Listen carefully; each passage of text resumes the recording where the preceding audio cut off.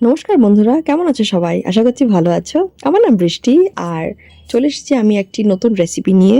আজকের রেসিপিটি খুবই সিম্পল, ঝটপট তৈরি হয়ে যাবে, যার নাম হচ্ছে বাঁধাকপি পাতার বাটা। তার জন্য লাগবে বাঁধাকপির পাতা।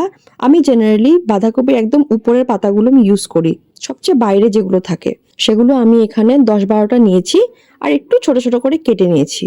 এখন কড়াইতে জল গরম করব, তাতে দেবো 1 চামচ নুন, 1 চামচ হলুদ গুঁড়ো আর পাতাগুলোকে আমি এক এক করে দিয়ে দেব।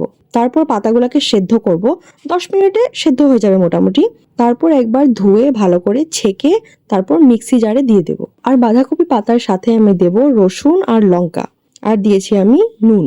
পেস্টটা ঠিক দেখতে এরকম হবে। তারপর কড়াইতে তেল গরম করব আর পেস্টটা কড়াইতে দিয়ে দেব। আর ঠিক এইভাবে কনস্ট্যান্টলি নাড়াতে হবে। আর ঠিক 5 থেকে 10 মিনিটের ভিতরে বাটাটা দেখতে এরম হবে। ব্যাস তৈরি আমাদের বাঁধাকপির পাতার বাটা। খেতে খুবই টেস্টি, একদম ঝাল ঝাল, আর গরম গরম ভাতের সাথে খেতে খুব ভালো লাগে। আশা করছি রেসিপিটি ভালো লেগেছে।